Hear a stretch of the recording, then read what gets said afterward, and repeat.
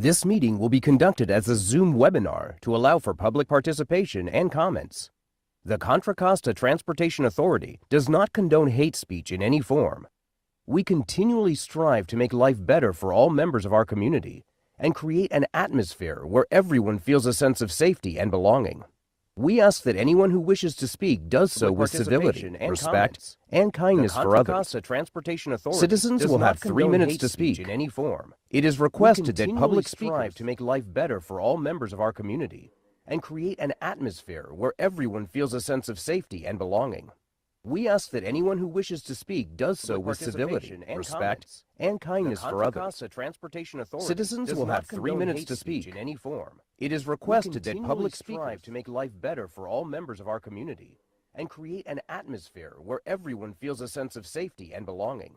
We ask that anyone who wishes to speak does so with civility, respect, and kindness for others. Citizens will have 3 minutes to speak in any form. It is requested that public speakers strive to make life better for all members of our community and create an atmosphere where everyone feels a sense of safety and belonging. We ask that anyone who wishes to speak does so with civility, respect, and kindness for others. Citizens will have 3 minutes to speak in any form. It is requested that public speakers strive to make life better for all members of our community and create an atmosphere where All right, thank you, Jackie. So next, Jackie, if you could conduct roll call, please. Member Byrne? Present. Member Dugan? Present. Member Foster? Member Karimi? Member Keeshan?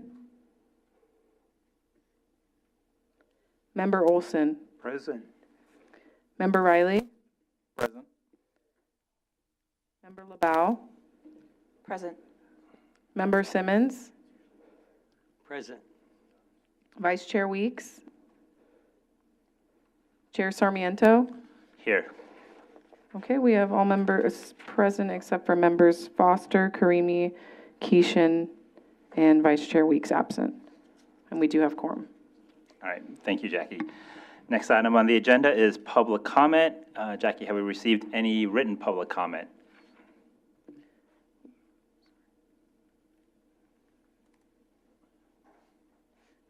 There was one written public comment that was submitted, and that was posted for you guys.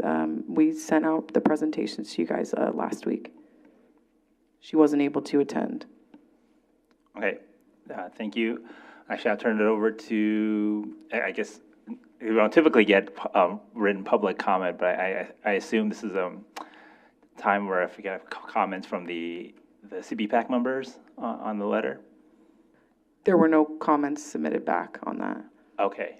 Well, I mean, any, I guess, verbal comments, I guess is an opportunity. Yeah, so Sure. if any CBPAC members have any comments on the written comment that was sent out, I think a few days ago, please raise your hand or speak up.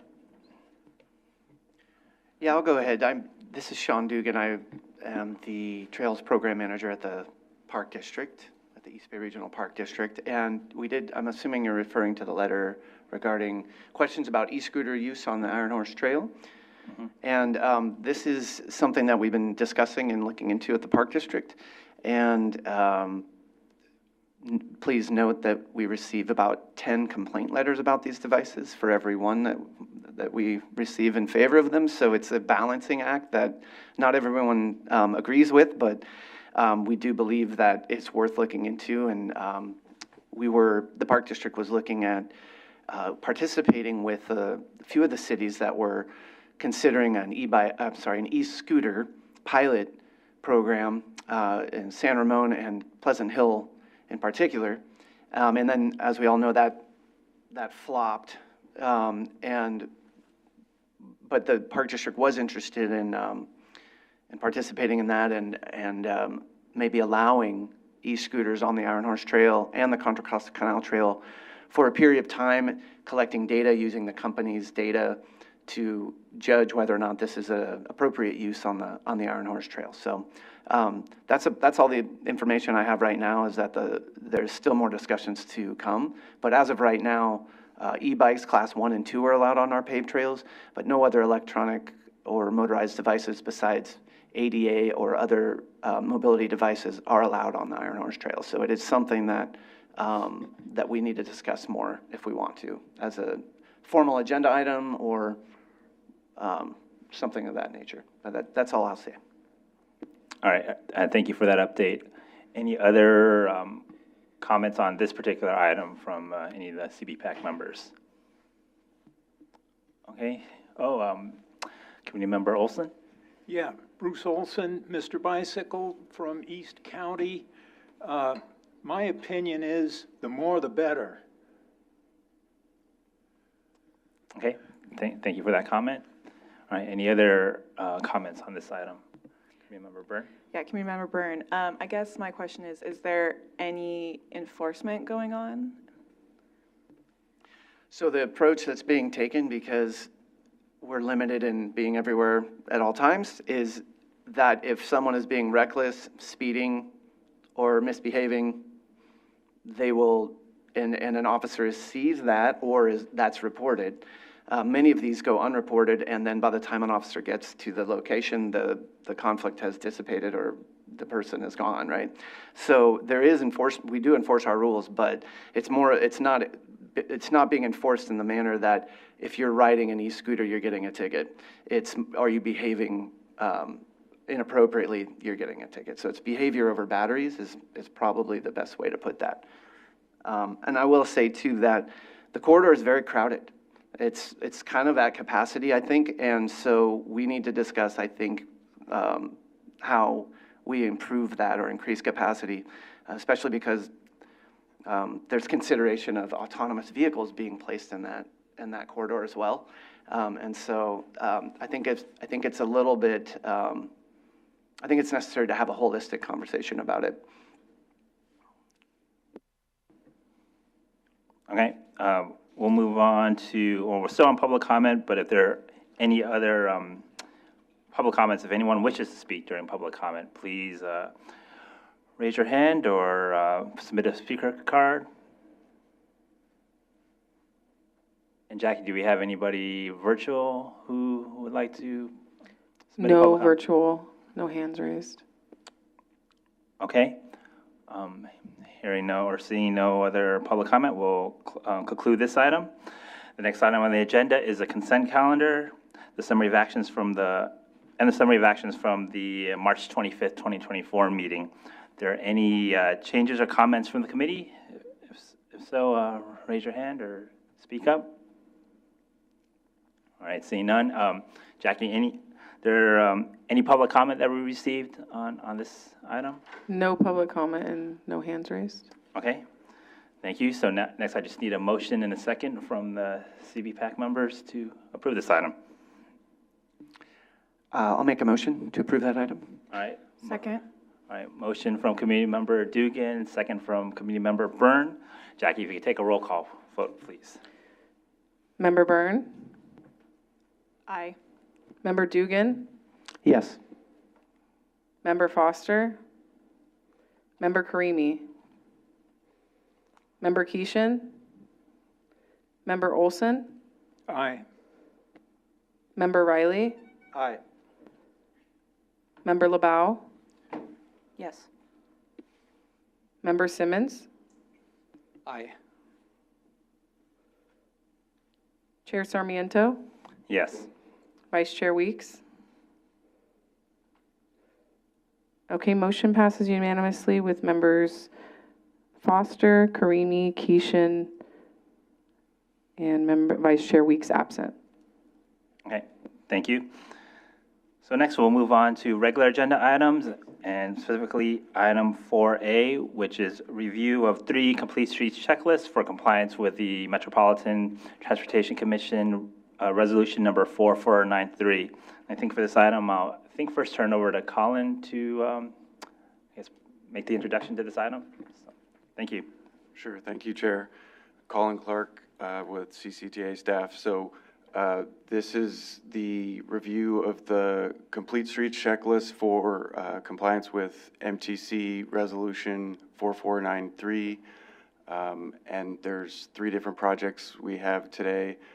First of which happens to be a project sponsor of CCTA, and so we have Jay Zhang here to give that presentation. Thanks, Colin. Good morning, Chair Sarmiento. Good morning, committee members. Jay Zhang, Associate Engineer with the TA. And before you today, we have an item for Innovate 680 Martinez Amtrak Station Shared Mobility Hub, the Phase 1 project. The goal of this presentation is to give an overview of the project and solicit any feedback on the ped and bike elements of the project. Like Colin said, we are the sponsor of the project, working in partnership with the City of Martinez. I'll be breaking the presentation into 4 parts: the overview, the proposed improvements, the MTC's complete street checklist, and timeline and cost. So the Martinez Amtrak station is located on the west end of downtown Martinez. The project will enhance the existing station, the existing site, and redistribute the space to allow other modes of transportation beyond just cars. And the project aligns with several regional and local plans, as you see here listed. The Plan Bay Area 2050, which is a regional, Contra Costa's regional transportation plan, MTC's equity platform, the regional active transportation plan, and the regional safety and Vision Zero policy. Also like to note the project is located within an equity priority community as established by MTC. And there's 4 pictures here that's out there today. It's probably not in your packet. But as you can see, the top left is the current south parking lot of the station. On the bottom left is the frontage road currently with parking on both sides. And then on the top right is the other leg of the frontage road that connects to Ferry Street. And then the last picture on the bottom right is Ferry Street today with parking on both sides. So just a little overview and improvements of the project. So the Shared Mobility Hub is one of the 6 projects under the Innovate 680 program, which consists of a suite of mobility projects aimed to ease congestion and improve traffic efficiency in the I-680 corridor. So there are multiple hubs that were identified in the feasibility study that was completed in 2023, and Martinez was identified as a regional hub because it connects to Amtrak and other quality transit services. So the goal of the project, like I mentioned earlier, is to enhance the Amtrak station to increase transit accessibility, improve transit efficiency, and promote transit, bike, and ped access. The project will be implemented in 2 phases. In green, we have the major scope from phase 1, which is the current phase of the project. And then in orange is phase 2, which is planned in the future. I can go into details of each individual scope. So first is the south parking lot in reconfiguration, which we are proposing to add up to 7 sawtooth bus bays, install bus shelters, fare vending machines, CCTV cameras, and real-time traveler information system. Currently, this scope is only funded through design, so we're still seeking funding for construction of this scope. And then the remaining scopes are fully funded for design and construction, which includes passenger pickup and drop-off zones, signage and wayfinding programs, bike parking, storage, e-bike charging stations, and bike sharing facilities. And then there are also some off-site pedestrian bicycle improvements included in phase 1 of the project. The future phase 2 project will include additional off-site improvements for ped and bike, and then also north parking lot improvements, as well as off-site transit signal priority improvements. So we have a preliminary layout of the Phase 1 project here. The Amtrak station is in the center of this image, represented by the star. And then the south parking lot I spoke earlier is to the left, as you look at the image here to the left of the station. It's currently grayed out because it's only funded through design, like I mentioned earlier. So the bus bay, fare vending machines, CCTV cameras will be implemented here. And then directly beneath the station is where we're proposing the bike lane improvements. So we have a class 4 all along the frontage road all the way till Ferry Street, where we're implementing a class 2 bike lane on Ferry Street.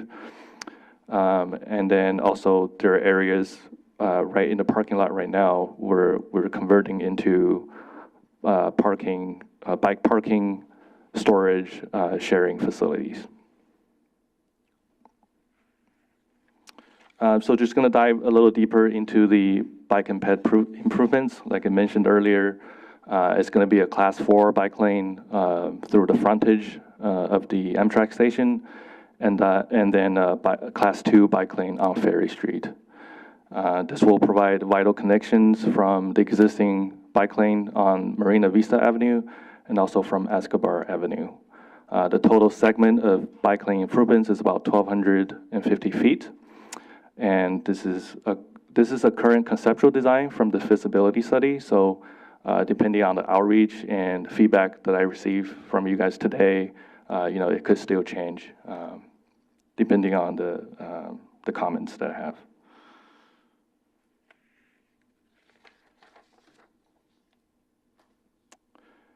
And here are two cross-sectional views of the project. Up on top, we have the class 4 bike lane through the frontage. It could be either sidewalk level or street level, depending on the outreach. And then on Ferry Street, we have a class 2 bike lane with buffer, striped buffer. And again, since this is from the preliminary study, the dimension and the protection feature is still it will be determined during detailed design. So the project contains federal funding, and with the local matching portion from Regional Measure 3. So as part of the allocation requirements, we are asked to complete the Complete Street checklist and to present the checklist to the CBPAC. So there are two items that I like to highlight that was not in the previous slides. First is that the configurations proposed are in compliance with the latest NACTO standards, which means they are appropriate for the downtown context of Martinez, given the speed and traffic volume in the area. And then secondly, the bike classifications hopefully will reduce the stress level of the surrounding bicycle network. Oops.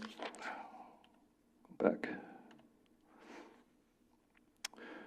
And here's the project timeline and cost. Like I said, the project contains $3 million in carbon reduction program, which is the federal funding source, and then also $692,000 from Measure 3, Regional Measure 3.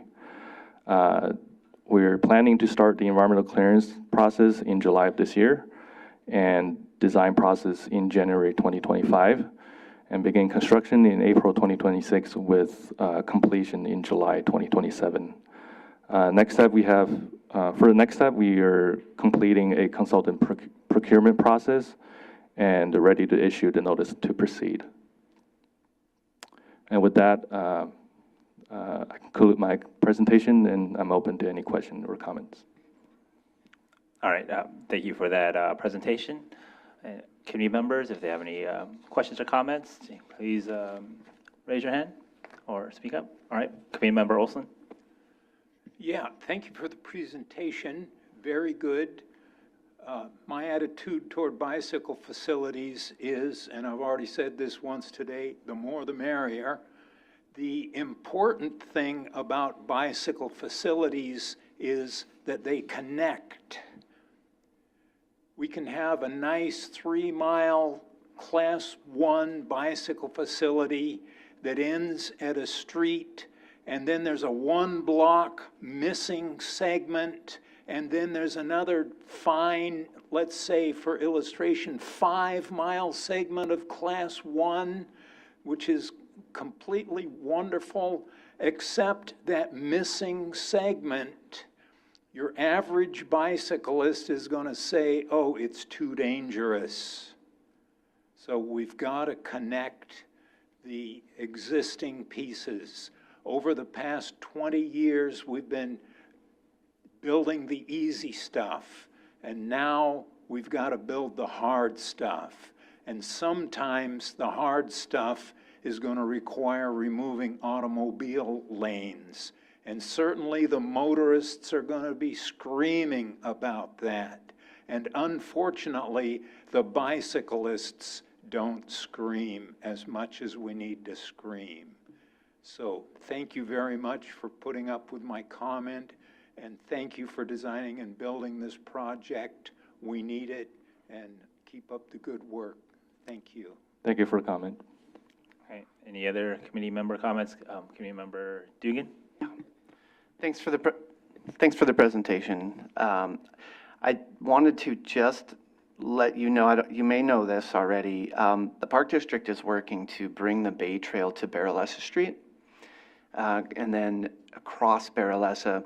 And then at that intersection of the railroad tracks and Barrelessa Street, it would be longitudinal to the railroad tracks. It would allow folks coming off the Bay Trail to go behind the buildings on the I think it's AB path behind the buildings, and then to that park with the pedestrian bridge. You had it labeled just below the south parking lot there. And so how that bridge, how that might connect, how the Bay Trail actually connects over to the north parking lot, I think in phase 2, I don't know if phase 1 has any conflicts with that, but I just wanted you to be aware, and I'm happy to give you more information on that offline. But maybe there's a way to, maybe it affects phase 2 in the north parking lot. So I just wanted to give you situational awareness on that. Thank you. All right, Committee Member Byrne? Yeah, could you go to the shared mobility map? Yeah, that This one, yeah.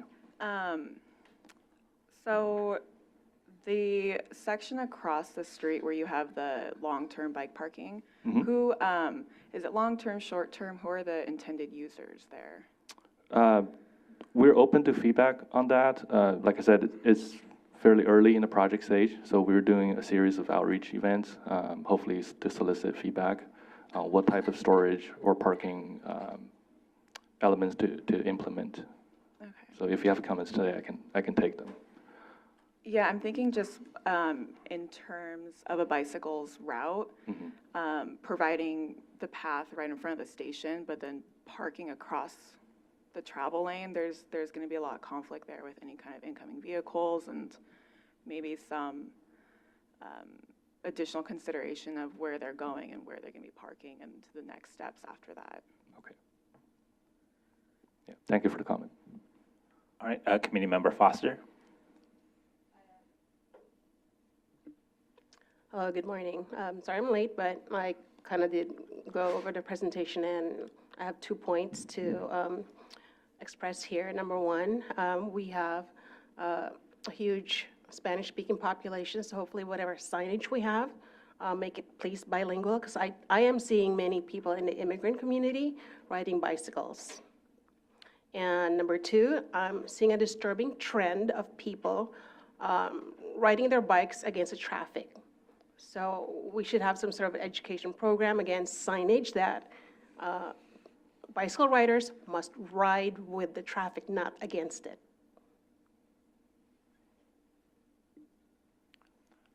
All right. Thank you for the comment. Any other comments? Committee member comments? I do have a question. I was just curious, and it's good you have the map up here. Was there any consideration on any improvements north of the railroad track through the shoreline or to the, I know there's like a ballpark and all that north, and I was curious if there was any consideration to extend the scope to include north of the Amtrak station.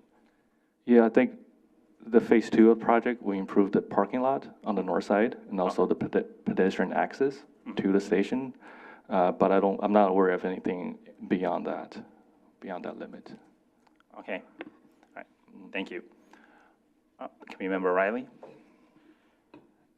Thanks for presenting. And yeah, just to go back to the bike parking, I guess I'd be curious to know about like boarding and unboarding and how people are using this station. Is this a place where people would hypothetically be biking to and then going to, you know, Sacramento, or are people using the Amtrak station to come here to go to, you know, say the courthouse or, you know, whatever? So I guess I'd be interested in that for like figuring out what the bike parking situation is going to be, if it's long-term, and if you all have had any conversations with, you know, the bike link folks to get lockers for sort of longer-term, more secure parking there. Thank you. All right. Okay, I'll start. Committee Member Foster? Going back to funding, can you tell me again where the funding pot's coming from? Yeah, so there's $3 million currently from carbon reduction program from MTC, and then there's also $692,000 in Regional Measure 3, which is a toll fund.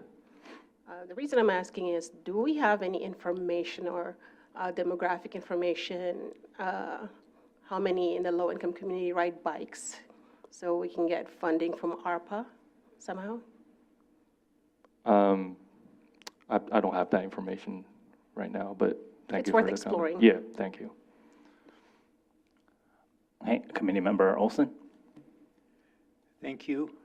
On the long-term bicycle parking, I'm going to assume that's lockers. Currently, to my knowledge, there are no lockers that fit cargo bikes. It sure would be fun if expensive electric cargo bikes could have good quality, secure, long-term parking at this station. It's a big assignment because it currently doesn't exist, but if you could look into it, it's a start. Thank you. Thank you. Okay, Committee Member Byrne? Yeah, just looking along the frontage again, could you go to the street mix cross-section? Where we have the loading zone in front, do you kind of have an idea of how wide that loading and unloading area would be before then crossing the bike path?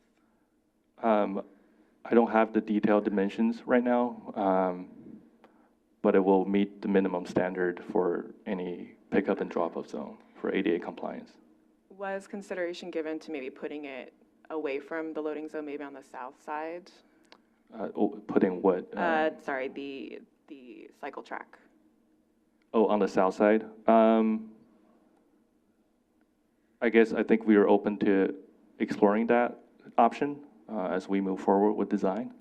But currently it's shown it's on the north side of the street. I just want to add that we are converting this street is currently two-way. So we're converting that into a one-way street to make space for the cycle track.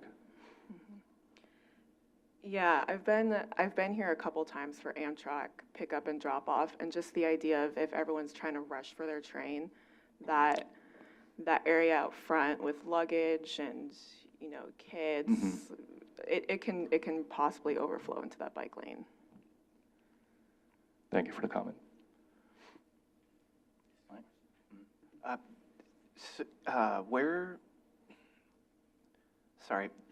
Where can we officially submit comments on this? Is there a link, or Not currently, but I think there's a series of outreach that's going to be planned once we have a consultant on board. Okay. So that information will be available.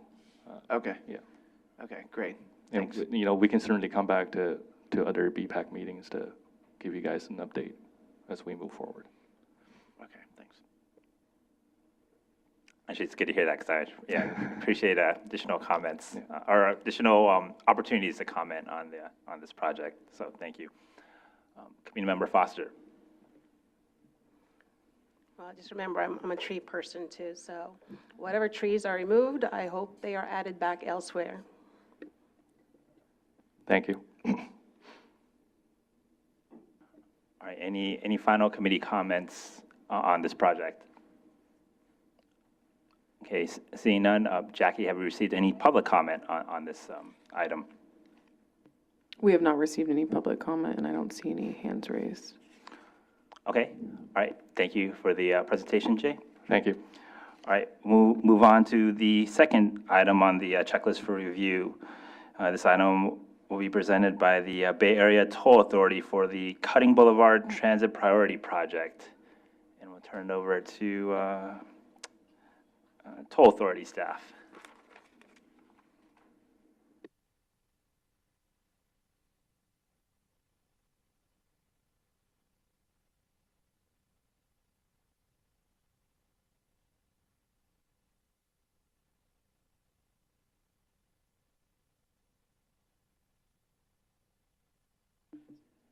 Good morning, committee members. I'm Michelle Go, Principal Planner at the Metropolitan Transportation Commission / Bay Area Toll Authority, MTC BATA. I'm joined by Sean Dees-Lorjon of AC Transit, who is the project manager.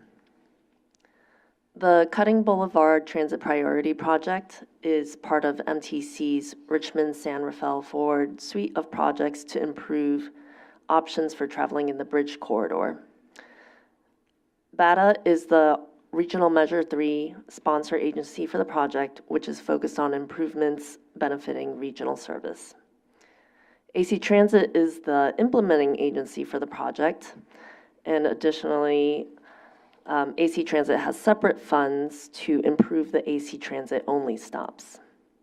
I will now hand it over to Sean to provide an overview of the project and review the checklist.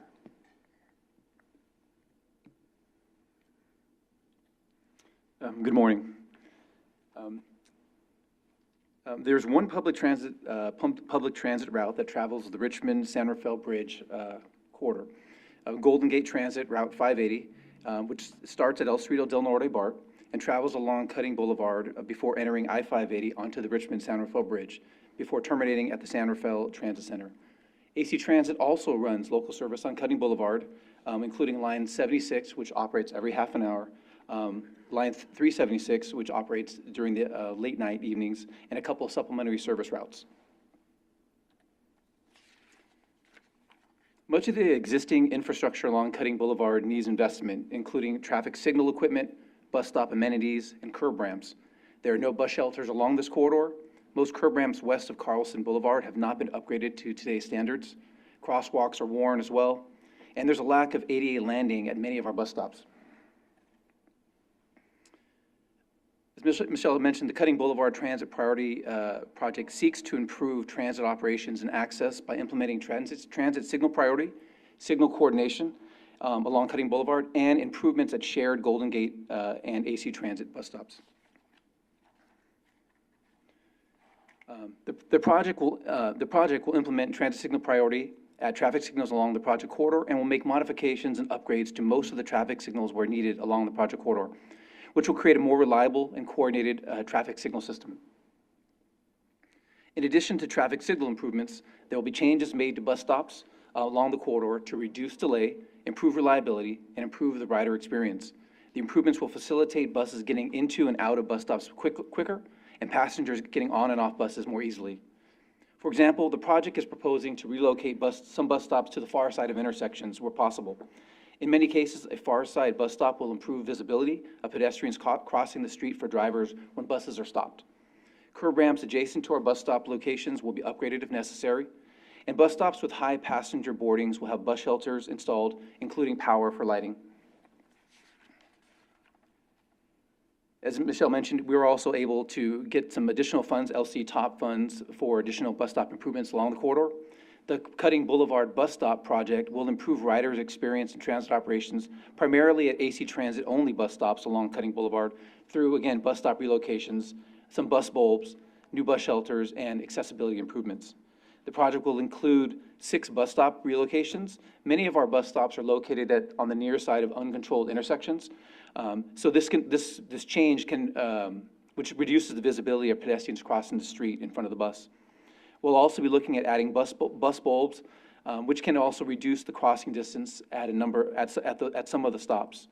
Bike lanes will be designed to operate between the bus bulb and sidewalk where possible. We'll be adding some bus shelters and some benches, and we'll be upgrading approximately 15 to 20 curb ramps along the corridor.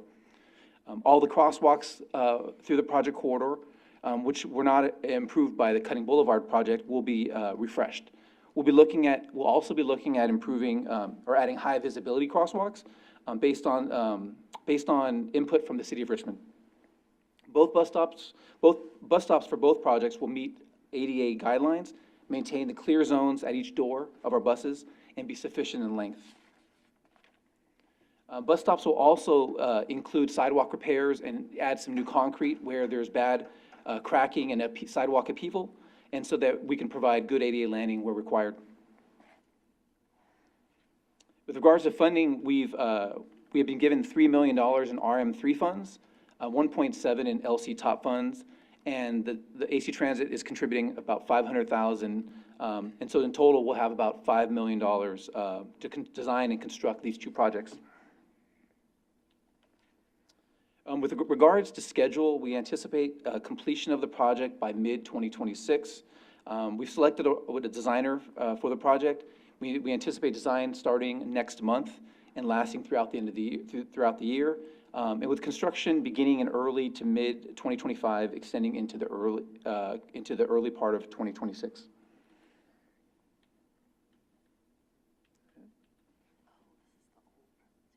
Oh, is it? Oh.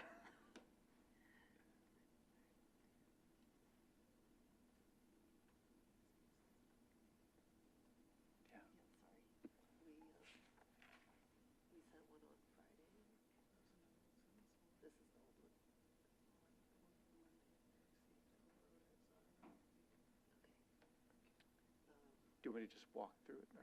Yeah. Okay. Sorry, we had the checklist in the presentation, but I'll just walk through our answers or the questions and our answers.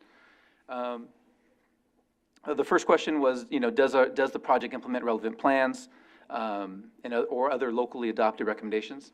Yes, the project is consistent with the Bay Area Forward program identified in Plan Bay Area 2050, which includes improvements such as transit signal priority in bridge toll corridors. The project team will also work with the City of Richmond to prioritize, identify pedestrian improvements in the Richmond Bicycle Pedestrian Plan, such as directional curb ramps and high visibility crosswalks, and evaluate the feasibility for those within the project budget.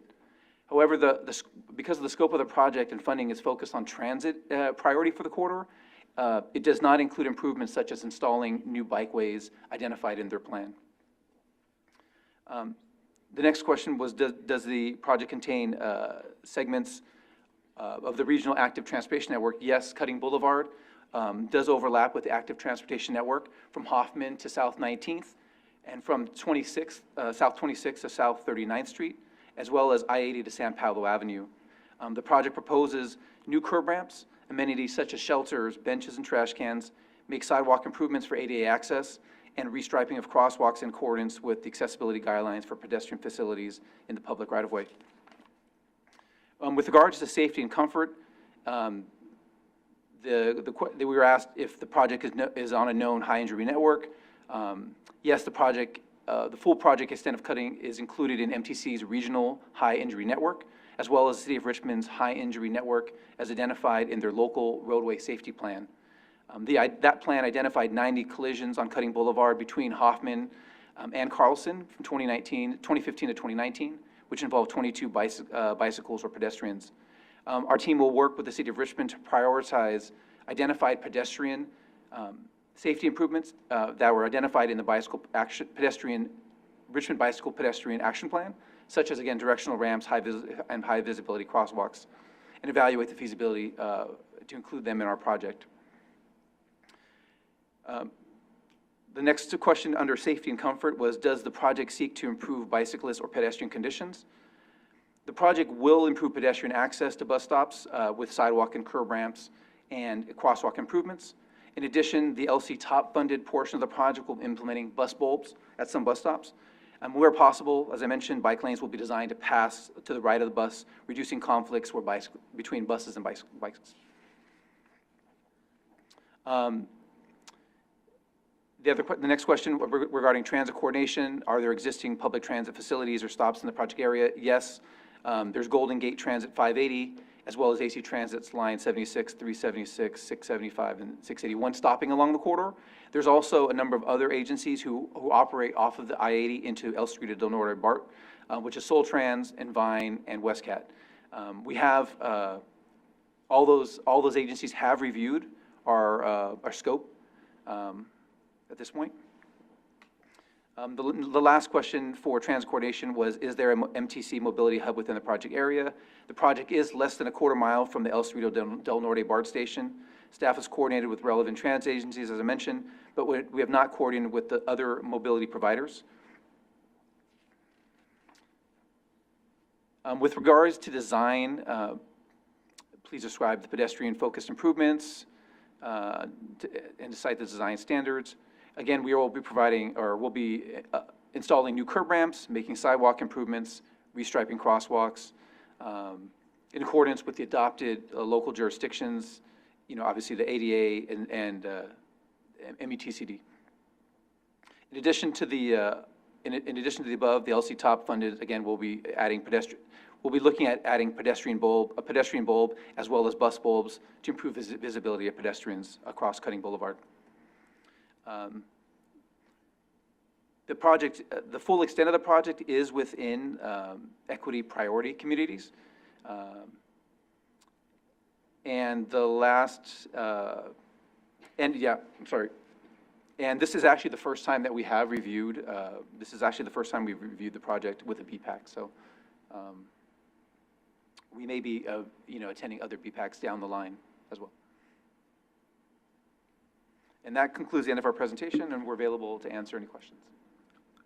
Okay, turn it over to the committee. If you have any questions or comments, please raise your hand. And Kristen, I see your hand first. Go ahead. Thank you for this presentation. I just have two quick questions. In regards to that checklist, I think the first item in regards to referencing the Plan Bay Area 2050, you did mention that improvements such as installing bikeways are not included based off the scope and funding. Are those improvements considered to be done in the future? Sorry, what was the last part of that question? Or the installation of the bikeways, are they considered for future improvements? At this point, we have not decided whether we would be implementing any of the bikeway improvements for Cutting Boulevard with RM3 funds, but I think that could be a consideration.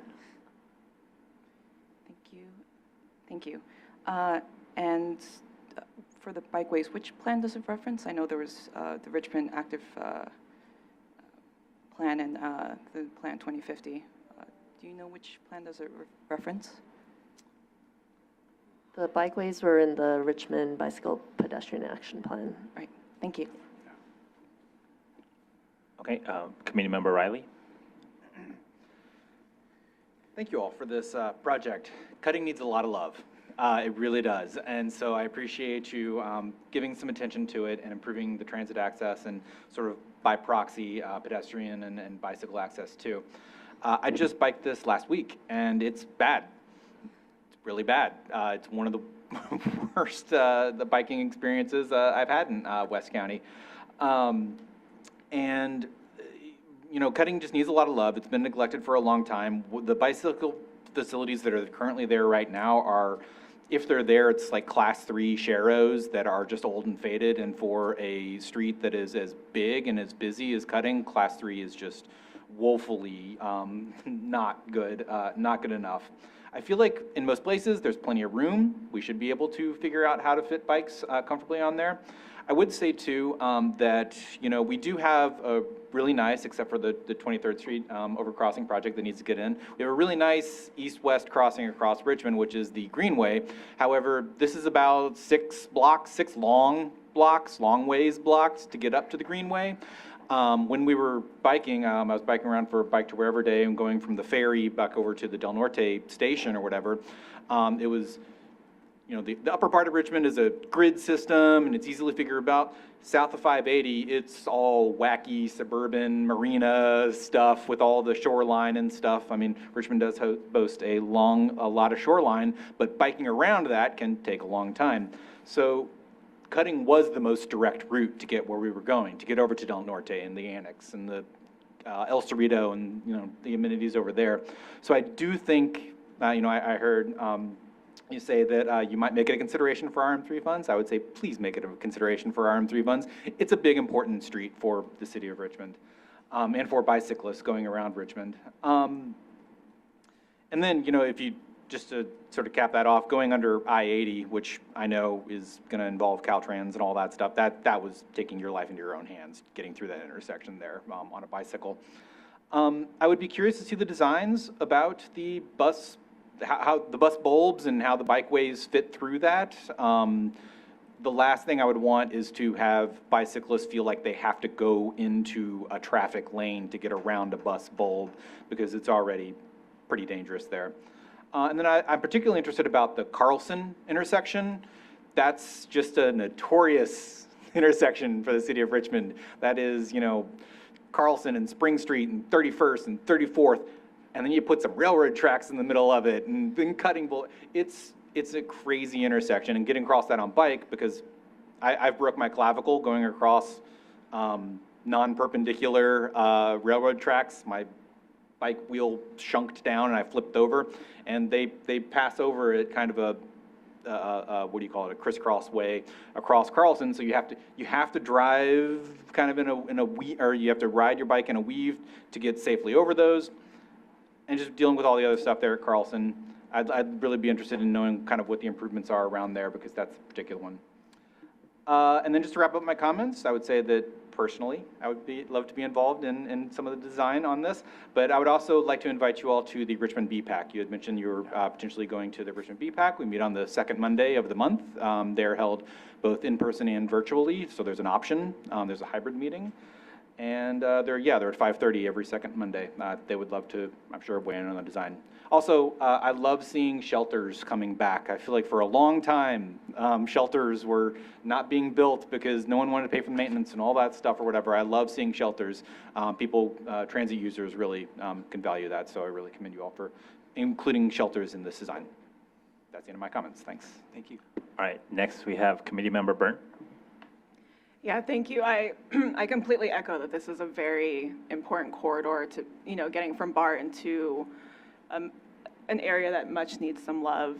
And I guess my first question is, you had mentioned upgrading signals as necessary. Is that upgrading the hardware, software, or also are we looking at, you know, maybe phasing improvements as well? I believe we're looking at traffic controllers and signal cabinets along cutting, in order to implement the TSP for the buses. Okay. Yeah.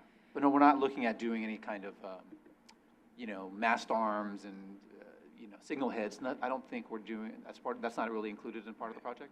Okay. That's kind of what I was thinking. So I would encourage you, when you're looking at the upgrades, a lot of these locations have permissive lefts that, you know, that go along with the PEDs. So, you know, when we upgrade the equipment, just make sure that down the line there is the opportunity to separate the vehicles and PEDs in time. And then, are there any lighting improvements that we're looking at these bus stops, kind of to improve like the safety and comfort of each of these bus stops? That wasn't explicitly a part of the scope of the project. As part of the shelters, there will be power at each of those shelters, so there will be some lighting in there. But it's something that we definitely can look into And if we identify, we can kind of do a analysis of the entire corridor and see if there are spots that just don't have any, street lights that are nearby the bus stops. And if we identify those, then maybe we can look at, adding some stuff like that, some lighting. And then I think, it sounds like, down the line, we're looking at more of the traffic calming crosswalk improvements. Is that correct with Richmond and El Cerrito? So yeah, as part of this project, again, we're looking at curb ramps specifically, sidewalk improvements. Nothing like, we're not adding any RRFBs across any of the intersections. I know those are things that were included in some of the Richmond pedestrian and bike plans. So yeah, we're not looking at anything like that at the moment. But we will be talking with the city of Richmond, and depending on how, as things get taken out of the project, or there's always wiggle room. And so there may be, we're looking at those high visibility crosswalks. Initially, we weren't, we were looking at just refreshing the crosswalks, but that's something that we're going to consider adding as many as we can. Absolutely, and this is another one where, the peds have to get to the bus stop, and Cutting has high speed and it's wide roads. So, where striping or even just cheap, temporary or near-term plastic materials that can really kind of do a traffic calming effect to make those crossings more hospitable and safer for those pedestrians to get to the bus stop. Yeah. Thank you. Also adding that there will be some bus bulbs as part of the AC Transit bus stop project, so that should narrow the crossing distance. Yeah, at those, I think I mentioned 5 locations, and some of the bus bulbs are sort of away from the corner, so those really wouldn't have an impact on the crossing distance, but the number of them are at the actual corner where you're going to have new curb ramps attached to that bus bulb, and that would reduce the crossing distance at those locations. Okay, thank you. All right, next we'll start with Committee Member Foster. Thank you for the presentation. It's AC Transit MTC, right? Okay, I'm glad you mentioned it was an equity priority community. So we're talking about low income, disproportionately burdened by the industrial corridor here, right? Well, I appreciate that, all these improvements are for improving the quality of life for the residents. So with that, I understand AC Transit has all these hydrogen fuel buses. So are they being used in that corridor just because of the air quality? That's something I'm not, I don't have detailed information on which lines we have. I know we typically test a lot of these buses on, if we test them when they come out, we test them on a bunch of routes. I don't know which ones are deployed at the moment, but that's something we could get back to you guys on and let you know.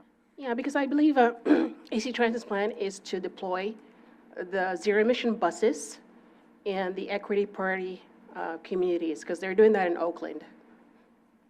And when BRT was built, AKA Tempo, they had put 200 trees.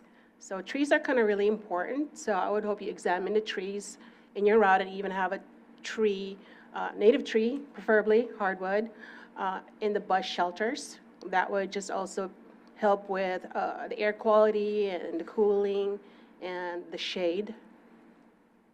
Because I'm trying to remember, what the quality of the trees are. I mean, probably the people who's biked it, have better ideas. But I just remember riding one of your diesel buses there, and the trees happen to be kind of dying in that area. So that's kind of really important. And hearing, you said there's like a high injury corridor there. Yeah. So that means what exactly is the speed limit around there? I believe Cutting Boulevard is 35. It should be minimum of 35, 40-ish. Yeah. So the vehicles are flying, and then there's how many lanes? 2 lanes in each direction. So 4 lanes. And then there is a median, right? There's a median. Median with trees? I want to say there's a median on a portion of the corridor. Yeah, but towards the west, to the east. I'm sorry, to the west, or east. I'm sorry, east of Carlson. I believe there's a median.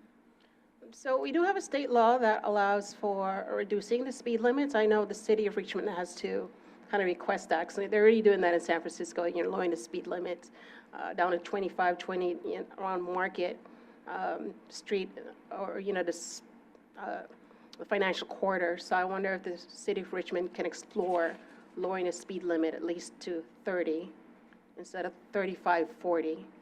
Because that would help reduce some of the fatalities, but of course, street design is key. And then adding the bigger trees as a visual obstruction, that would slow down the motorists. And I believe you said that you would be adding curb ramps or improving curb ramps? I think between the two projects, I think we're over 20 curb ramps. I don't know if you're aware that the community development block grants, usually funds the curb ramps. I wonder if you can talk to the city of Richmond that the funding sources for the curb ramps are typically from the block grants. And the block grants prioritize middle income and low income neighborhoods. And you can probably use, the cost savings for other improvements on that corridor. Great, thank you. That's a great point. Okay, next we'll go with Committee Member Simmons. All right, thank you very much for the presentation. And I just wanted to follow with Committee Member Riley's statements about that area and not being bike friendly at all. And it's kind of a shame, and Michelle, you mentioned that I know the scope of this doesn't include any bike improvements, but it would really be a shame if that wasn't addressed. Michelle, you mentioned that there's a possibility that you could consider that. I would highly recommend that you do, because it would be a shame to put all these improvements in specifically on the pedestrian side and not address the issue of bikes and bike paths. So thank you very much. Okay, next go with Committee Member Olson. Thank you. Thank you to the presenters for requesting comments from the Bicycle and Pedestrian Advisory Committee. We are representing the people who use the facility that you're going to design and build. And you want to get it right, and we want you to get it right. So thank you very much for being here. Second, Bill Pinkham would have had a lot of specific comments to make about Cutting Boulevard. Unfortunately, he just died last week, so he can't be here. Point 3, I would like to emphasize Corey's and Scott's comments, and that is, please do not build anything that would interfere with existing or future bicycle access. Strongly, we don't want you to build something and then 2-3 years from now end up ripping it out because it interferes. Strongly on that. Next, this is an aside, bicyclists hate Class 3 bicycle facilities. This is not aimed at you, this is just me pontificating. A Class 3 bicycle facility is an invitation to the bicyclist to go out in the street and fight it out with the cars. Bad, bad, bad. Please put in crosswalks in all 4 quadrants of every intersection that you make any changes to. All 4 quadrants need crosswalks. Regarding the width of sidewalks, make sure that the transformers, the electric transformers that are now on the ground because electricity is normally undergrounded, make sure these transformers are far enough back from the curb face so that we can put in a nice wide sidewalk, maybe not now, but sometime in the future. that loops back to my comment about not having to rip stuff out. Let's assume for the design, we want a 10-foot sidewalk throughout Cutting Boulevard. A 10-foot sidewalk is shareable by the bicyclist and the pedestrian if they cooperate. All right, let's see, number 5. Broad general comments about buses in general. The 2-bicycle bike rack on the front of the bus, you know, when it's not in use, it's folded up, and then when in use, it's folded down. Those things were designed back in the 1980s when we did not have mountain bikes. So the rack portion that the tire fits in is narrow. My 26 by 1 3/4 barely fits. So a standard mountain bike, 26 by 2.5, doesn't fit. I don't know what those people who use that size bike do if they need, in an emergency or as part of their getting around, to use this rack. Second, when you're redesigning these racks, make them for a longer wheelbase. Racing bicycles back in the 1980s had a 39-inch wheelbase. Now mountain bikes have 41.5, 42-inch wheelbase, and Grant Peterson at Rivendell, he's shooting for 43-inch wheelbase. It's a real problem to try to put a bike in a rack that the bike doesn't fit. Then I'm continuing my pontificating. It sure would be fun if there was a tie point under the windshield of the bus so that I could put a bungee strap hook in this tie point and wrap it around my bike, because I have baskets in the front of my bike and baskets in the back of my bike, and the spring-loaded U-shaped hook that goes over the tire doesn't go over my tire. So if I use one of these racks, and I do occasionally when I'm broke down, I'm stuck. If I put my bungee hook on the windshield wiper and the driver sees me, he or she freaks out. But if I don't tie the bike down somehow, the only thing holding it in the rack is the dip where the tire fits, and the bicycle at 40 or 50 miles an hour is weaving back and forth every time the bus hits a bump. Either the bike wants to fall out or the rim is going to get bent. I'm not yelling at you, I'm just complaining about life in general. Okay. Committee Member Olson, I just want to let you know we're running time. Yeah, running time. So if you could wrap up your comments, please. You actually anticipated my saying, that's the end of my comments. Thank you. All right. Thanks. Okay, we'll go to Committee Member Riley, then Committee Member Foster. One more sentence, just to echo Member Foster's comments. If you are interested in trees, there's a great organization, Groundwork Richmond, that's planted over 3,000 trees, and I'm sure they would love to collaborate. Thank you. Okay, next Committee Member Foster. And to speak to several of the members' points here about lighting and painting, hopefully whatever paint we're using, it should be reflective paint, especially for the pedestrians that are traveling at night.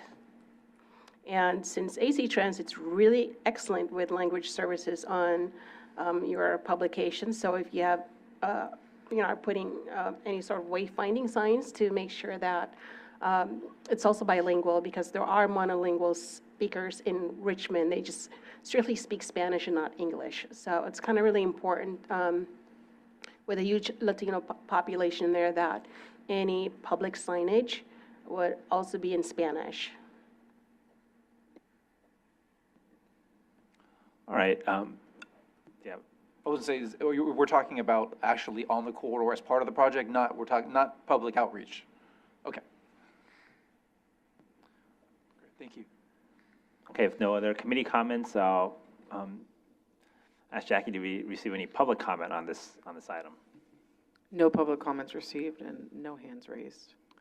Okay, so thank you, Sean and Michelle, for the presentation. And we'll move on to the third and final checklist for review, which is also going to be presented by Bay Area Toll Authority staff for the I-580 Richmond Parkway Operational Improvements Project.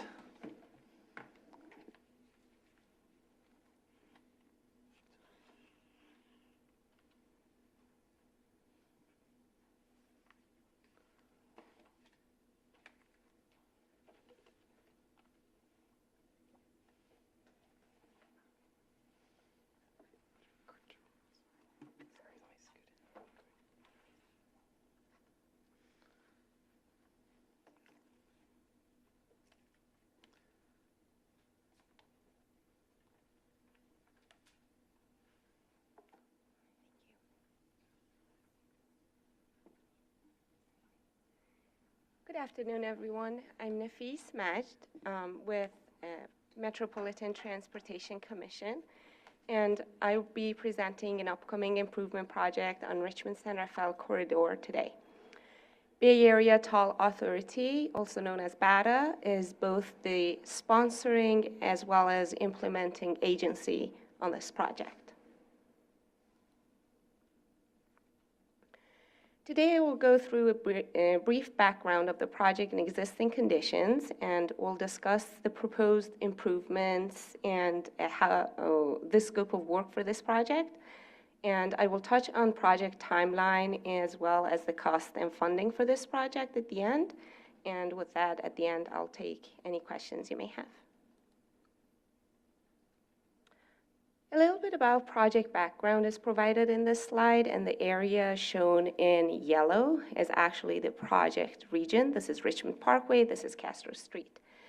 Richmond Parkway is part of Richmond-San Rafael Forward Initiative, which I'm sure you heard a few times today.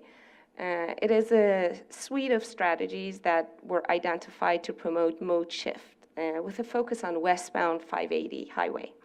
The proposed improvements in this project are intended to improve the traffic accessing westbound 580, which will be in concert with the Richmond-San Rafael open road tolling and 580 westbound HOV lane project. The project focuses on addressing congestion on Castro Street and Richmond Parkway as vehicles attempt to access westbound 580 here. The congestion affects several modes of travel, including pedestrian, and the program includes improvements such as adaptive ramp metering at this intersection.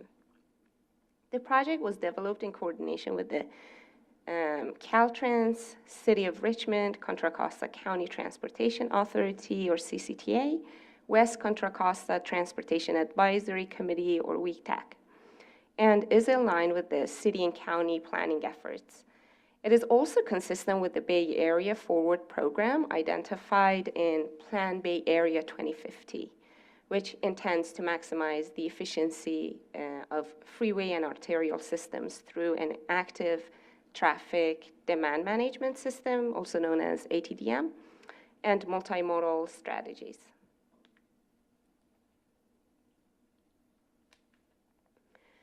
This slide shows the existing condition of the project area. Note that the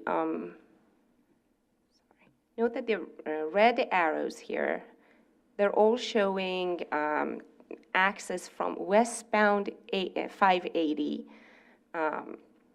access to westbound 580 from local streets. And the blue arrow shows how traffic from westbound 580 exits to Castro Street. And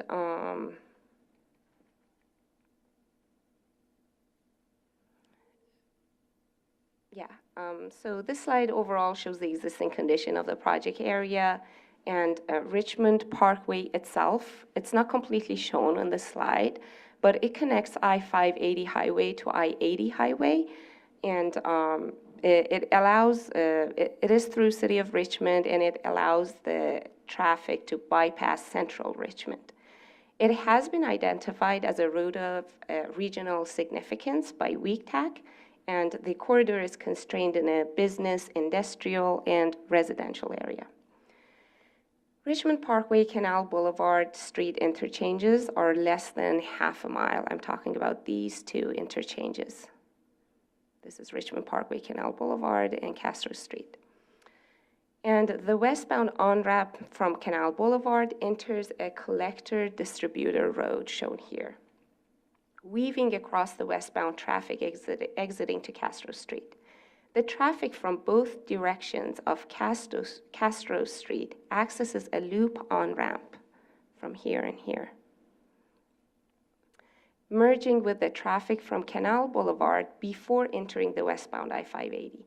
The Castro Street on-ramp to I-580 enters the main line through a single lane with no ramp metering. Based on our field observations, traffic backs up into the southbound direction on Castro Street here, and it passes the limit line of the left turn lane. And and causes a long queue in the local streets there. Let me go to the next slide. This slide just shows an overall view of the route of the Golden Gate Transit, GGT Route 580, at the project area.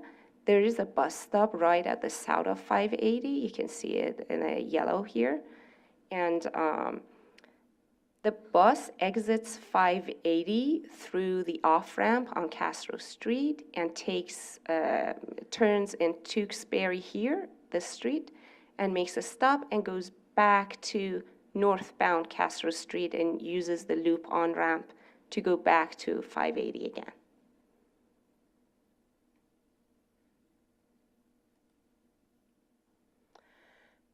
MTC conducted and completed design alternative analysis, also called as DAA, in March 2023, which identified alternatives to address queuing on local streets approaching I-580 Richmond Parkway interchange. These alternatives propose to improve access at Castro Street by converting the inside southbound lane here on the Castro Street. The improvement would allow the reduction in the length of the queue, and the new dual left turn lanes will be, they have two different combinations. We might either use one general purpose plus one HOV lane, or both of them would be general purpose lane. The two alternatives that are proposed in the DAA, they're based on how this second receiving lane on the loop on-ramp would be defined and introduced in the project. Alternative one, which you can see on the left-hand photo, basically reduces the size of this pork chop island to introduce another receiving lane down here. Alternative two removes one of the 4 lanes on the off-ramp and makes it 3-lane off-ramp and adds 1 lane here to the on-ramp to create a 2 receiving lane on the on-ramp. On both alternatives, the scope of the project may include safety enhancements on this crosswalk for pedestrian at the pork chop island.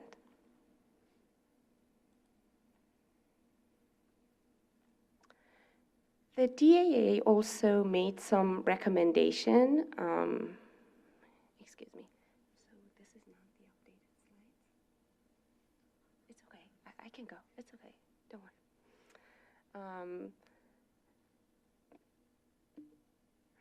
The DAA also recommends 3 other improvements that can be investigated during the design phase. They're listed here on the slide.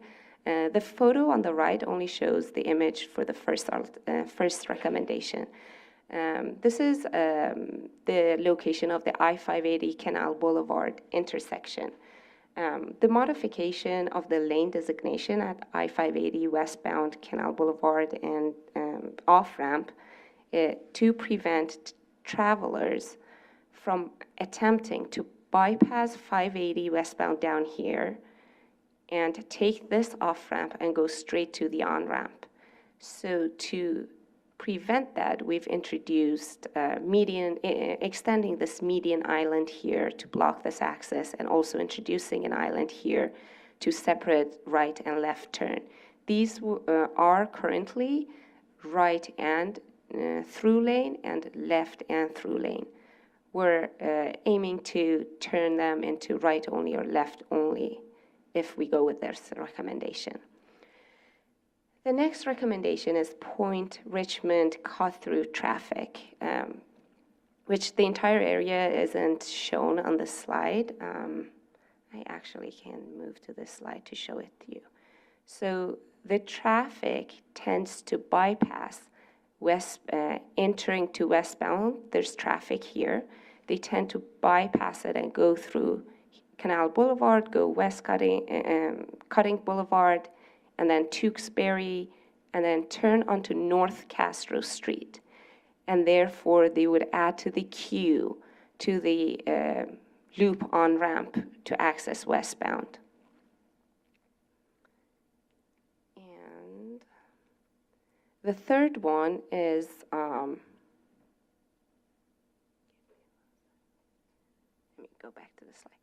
The third one is the Tewksbury and Castro intersection, the intersection that I showed in previous slides where the bus stop was, GGT bus stop. That is an uncontrolled intersection for the north approach of that intersection, in terms that the traffic on the north approach don't have any signal or any stop sign. And there is a crosswalk on the east side of that intersection that allows bike and ped to cross from South Tewksbury to North Tewksbury to access the stop. And at that location, we think that the bike and ped accessing the bus stop might have hazardous situations. So there are options that we're thinking we could add to improve bike ped safety at that intersection.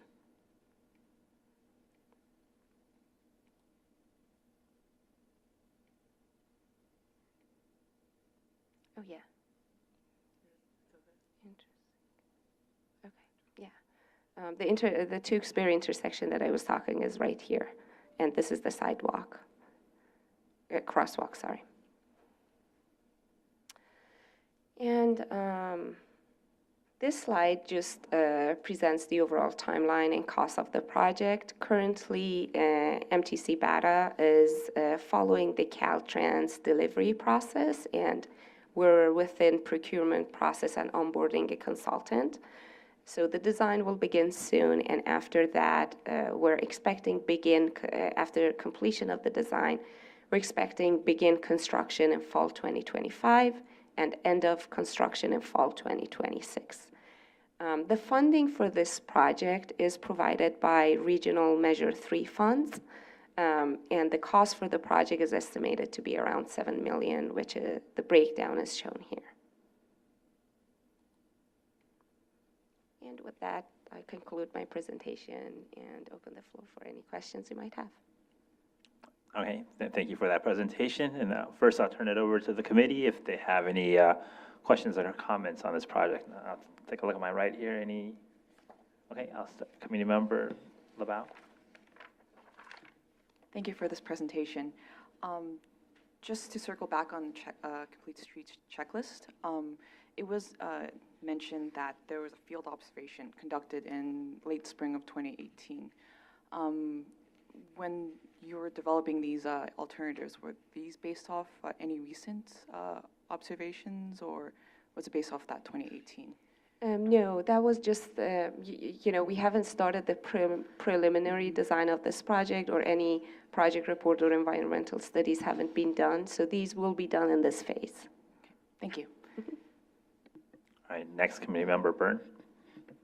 Yeah, thank you for this.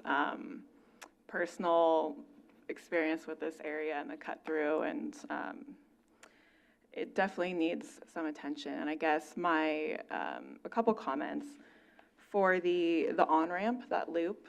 I've definitely been stuck in that southbound left turn lane for probably 2 hours during commute period, this was years ago. But one issue is when you do get the green, there's just no capacity to go forward just because those northbound rights, everyone's kind of detoured through the neighborhood and are really filling up the capacity of that on-ramp right there.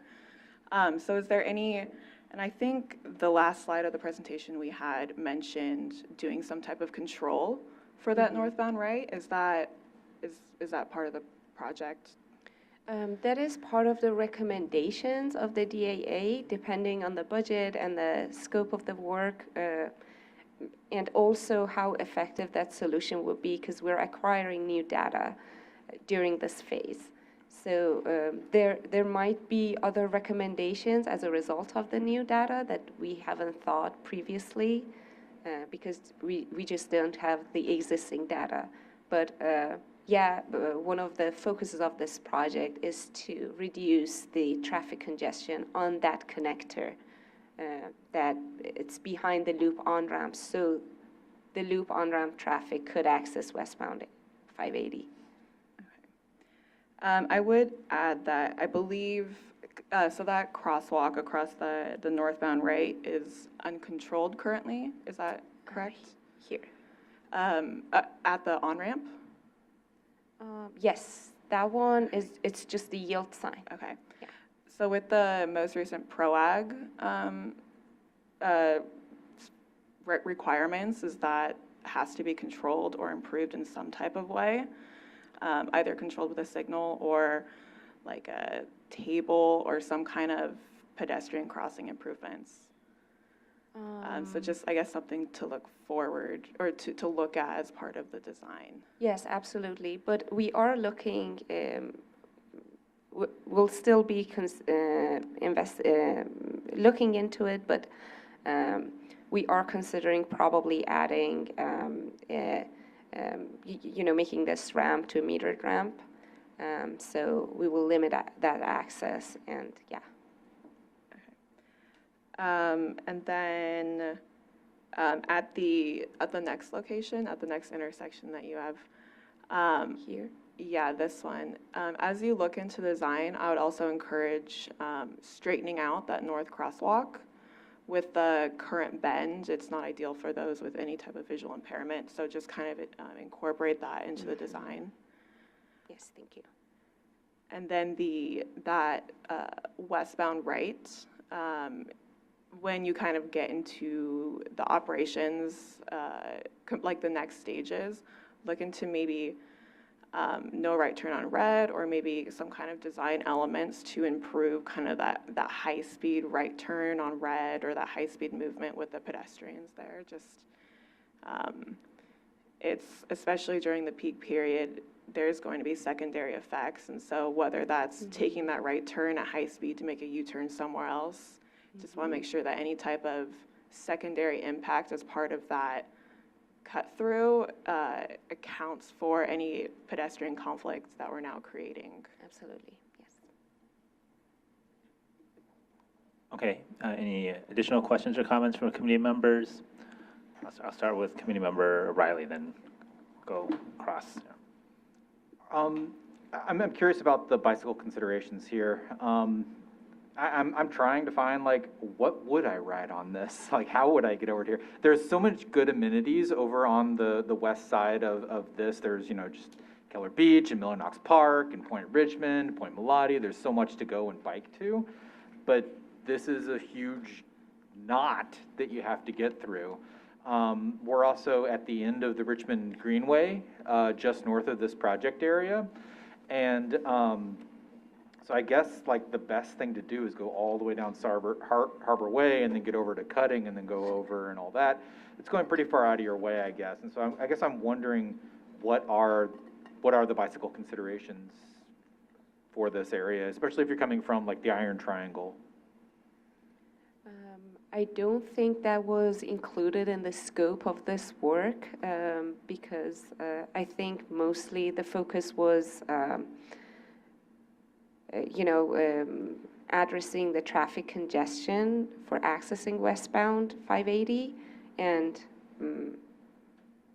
whatever in the project location where possible, we would improve any bike ped facility that we could find. But I'm not aware if that has been something that we've considered. I have Ingrid Supit with me, principal engineer. She's the corridor manager for Richmond San Rafael. Good afternoon, everyone. Ingrid Supit, principal engineer with MTC. So I think to answer your question, at this particular project, I think the purpose and need is actually not looking into like bike improvement itself, but more into like, multi-modal corridor, trying to kind of like find ways to improving the access to the 580. But as part of the RM3 allocation for this Richmond San Rafael Forward, there's some pot of money that is also being allocated for to make bicycle and pedestrian facilities improvement in the city of Richmond, which currently is going to, city of Richmond is actually the recipient of the RM3 part of that. So we could, circle back and with the city of Richmond to make sure that they're also looking into this area. Okay, thank you. Yeah, I just would encourage you, like, as you're working on this project, to think about how future bicycle access, could be managed. And then I just had one other question. I had heard about it years ago when, RM3 was being passed, but I haven't actually heard recently about what is the timeline for the open road tolling on the bridge there? I can answer that. The plan to open it to go live to traffic in January, so it's the beginning of 2026. Thank you. All right, next, Committee Member Olson. Thank you for the, is this on? Yeah, thank you for the presentation.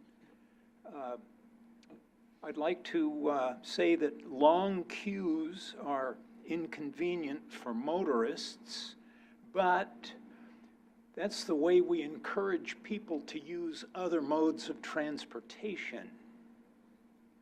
Second, I'd like to emphasize Corey's concerns about the scope of this project, and I'd like to mention that AB 1739 requires that all streets accommodate all modes of transportation if you do projects to fix up the street. As you admitted, this project is aimed specifically at cars, and as you said, bicycles and pedestrians were not considered. So you're out of compliance with state law if you continue this project as you've described it. Now I'd like to talk about a couple of specific points. Install bike lanes on all public streets that you're going to do any work on. Install sidewalks on all public streets that you're going to do any work on. This is just normal behavior, and you would of course expect that kind of a statement from the Bicycle and Pedestrian Advisory Committee. Third, install no right turn on any corners if there's a bicycle or pedestrian crossing on that corner, unless you have a traffic signal phase specifically for the bicycle and pedestrian, in which case you will want a blinking red light that's obvious to the motorist who is not paying much attention that there is no right turn on red. Then we want shark tooth limit lines approaching all crosswalks. Any islands that you install, we want a pedestrian beg button on a post in that new island. And for Robert, I'm done with my comments now. All right, thank you, Committee Member Olson. Next, Committee Member Foster. Before we move on, can I respond to part of that comment? Yeah, Thank sorry you. about that. Thank you so much, Member Olson. I appreciate your input. One of your statements was that this project does not include any bike or ped improvements, which, sorry if I misled you, but as part of I presented in some of the slides that both at Castro Street intersection, we are trying to improve pedestrian safety at that crosswalk shown there. Also, if Tewksbury will be part of the scope of this work, bike and ped access to the bus stop is also in consideration for this project. Thank you. All right. Next, we'll go to Committee Member Foster. Hi, thank you for the presentation. Even though I'm not that familiar with the area, I mean, I've been there a few times, understanding it is an industrial corridor, and given that the road is very wide, like 4 or 5 lanes or 6 lanes.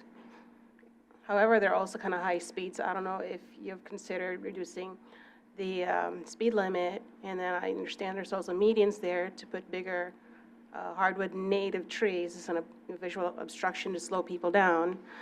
And that when you're going to extend that island, I wonder, have you factored, that there's tractor trailers there, so it may just clip that island, and you're going to have capsizing tractor trailers there. I know I'm not a traffic engineer by any means, but I know when you have tractor trailers, they do need a wide turn. Yes, absolutely. Thank you so much for that feedback. Yes, and have you explored the possibility of a roundabout? I mean, there's lots of real estate there, but of course, it's going to be tricky for the pedestrians and cyclists. I just wish that we had $10 million here and there just to build pedestrian, overpasses wherever you want, but of course, that's not realistic. For the roundabout, are you referring to this intersection, Canal Boulevard, or Castro Street? That particular one. This intersection. Yeah, and the minute I saw that median, like, how will a tractor trailer, make that turn? Because, the refineries are out there. Yes. I don't believe roundabout was considered for this intersection. I am not certain if it was because of the speed limits. But Ingrid, do you know if in that phase, DAA? No, I think it's more with the real estate that we have, like the right-of-way constraints. That means we need to acquire a right-of-way from the private property. And I think in the beginning, the purpose of this project is really looking into something quick that we can implement to, to alleviate congestion and also at the same time to improve the safety. And looking at roundabouts, it's kind of like looking into like maybe a 10 years project until it gets implemented. So it's kind of like not falling into the, immediate improvements. The timeline. Yeah. I understand. I just, wanted to say Right, that out yeah. there. And of course, the tractor trailers too. You don't want them capsizing all over the place. Thank you. All right, any other committee member comments? All right, I do have one comment, and I know you mentioned it, I think, at the beginning of the presentation, that you, in coordinating with WCTAC, the West Contra Costa Transportation Advisory Committee, hopefully I got that right. But I just want to mention that they are working on a Richmond Parkway transportation plan, and have their website up here, and they're looking to finalize it sometime this year. So I just want to, make sure that, this project, or you coordinate with them, that this project that you're working on is consistent with what the recommendations of the plan. Okay, with that, I have one more comment. Committee Member Foster? Yeah, I know I mentioned tractor trailer several times. That just means that if you're in an industrial corridor, I think just recommend you make a hard outreach to the industrial folks, because, they're the ones who use those roads the most. And of course, they wear them down too. Thank you so much. All right, we'll move on to public comment on this item. Jackie, have we received any public comment? No public comment received, no hands raised. Okay, all right. Thank you for the presentation. Thank you, Toll Authority staff for the last two presentations, and Jay for the first presentation. Thank you for your time. All right, we'll move on to the next item on the agenda, which is an update on the Coordinated Countywide Comprehensive Transportation Safety Action Plan. This item will be presented by Colin Clark. Sure, so I'll keep this one brief today, but the countywide effort on the Transportation Safety Action Plan is ongoing, with Kimley Horn and Kittleson helping out with each of the four subregions, and there should be a draft in the next couple months to be able to circulate for input. So looking forward to receiving input on that. Okay, thank you for that update, Colin. Any committee member comments or questions for Colin? Okay, seeing none. Any public comment on this item, Jackie? No public comment and no hands raised. Okay, thank you. And next item on the agenda is other business / information sharing. It's an opportunity for committee members to discuss any items they would like. So I'll turn first to Committee Member Riley. I'll be brief. I just want to commemorate Contra Costa's Bicycle Champion of the Year, Ole Olson. There is his certificate that he received. Thank you, Ole, for just all of your decades of work with advocacy with bicycling, particularly in East County, but obviously, sharing your expertise on countywide issues as well. I don't know, do you have any comments? Thanks for putting up with me. Yep, thank you, Ole. And I did have one other item too. As Ole had mentioned earlier, Bill Pinkham, who is a member of this committee, as well as many other committees, is on the Richmond BPAC. He regularly attended the WIC-TAC-TAC meetings, passed away. Jackie was able to share some information about an upcoming memorial ride that's going to be starting at the intersection of the Ohlone, I believe it's the Ohlone Greenway and the Richmond Greenway, near San Pablo Avenue there, where that intersection is, on June, I think, 4th. And let's see, I should have had this information up here. Yeah, at 4 p.m. There's going to be, or I'm sorry, June 7th, Friday, June 7th at 4 p.m. on a group ride. I'm unfortunately going to be in Southern California at that time, but I encourage everyone who is interested to come out and go on that memorial ride with us. Thank you. All right, Committee Member Foster.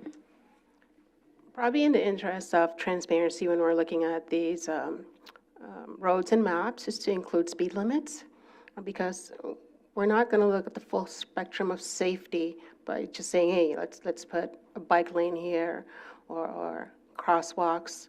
I mean, I know street design is a lot more, I would say, influential in driver behavior, but since we do have a recent state law that cities can reduce speed limits, we may as well look at what the speed limits we're dealing with in these streets that we're looking to add more bike lanes or bike facilities and improve pedestrian access. Okay, thank you. Any other committee member comments, questions? All right, Committee Member Olson. Yeah, it's me again. So As you know, bicyclists are permitted to ride on the shoulder of Highway 4 between the Willow Pass Road interchange and the Port Chicago Highway interchange. The East Bay Regional Park District Delta de Anza Regional Trail ends at the Willow Pass Road interchange, and it's been blocked off by the former Concord Naval Weapons Station. As you know, the city of Concord is taking over, 2,200 acres, and it's a $6 billion project with 1,200 houses and 1 million square feet of commercial and industrial space, and on and on. And the city of Concord is on their third primary developer. They want to get it right. Unfortunately, it takes a long time, but it's a big project. We want them to get it right.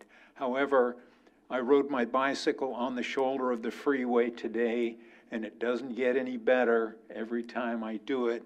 And I request that we add to an agenda in the future that this organization, this committee, talk about getting bicycles off the freeway. The Navy will be cooperative, I'm sure, of extending the Delta de Anza Regional Trail through their segment of land. The CCTA studied adding an eastbound traffic lane between 242 and the truck climbing lane on Willow Pass, the hill, and Caltrans said in no unspecific terms that bicycles must be off the shoulder of the freeway before CCTA can begin construction. Unfortunately or fortunately, I'm not sure which, CCTA has stopped pursuing this project because they don't have enough money. But bicycles are still on the shoulder, and we bicyclists who use that segment of shoulder would love it if East Bay Regional Parks and CCTA could get together and build the segment, the next segment of this trail through this area. It's less than 2 miles long, and even if we go with the most expensive building of bicycle path, which is about $2 million a mile, it'll only be about $4 million. And I see Robert staring at me, so I'll shut up now. But thank you very much. All right, thank you, Committee Member Olson.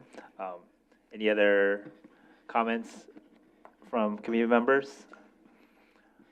Okay, seeing or hearing none, we'll go on to the next item, which is upcoming subjects for discussion. Do any committee members or staff have any items they'd like to share for future discussion? I think we already received one from Committee Member Olson, so thank you on that. But any other items? Yeah, Sean here. I think earlier in the meeting, I know it was a long time ago, the Iron Horse Trail micromobility and micromobility e-scooters. I've suggested this before. I'm not sure what form that should take, but you might just keep that on the list.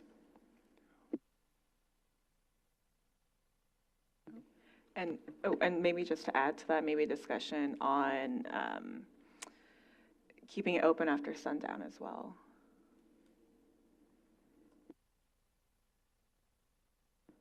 All right, thank you for those suggestions. Any other items to discuss in a future meeting? Okay, hearing none, this moves to the final item on our agenda, which is adjournment. This concludes our meeting. Before we, adjourn, we'd like to take a moment of silence to honor the memory of Committee Member Bill Pinkham. So as you heard, passed away last week. So we'll take that moment of silence.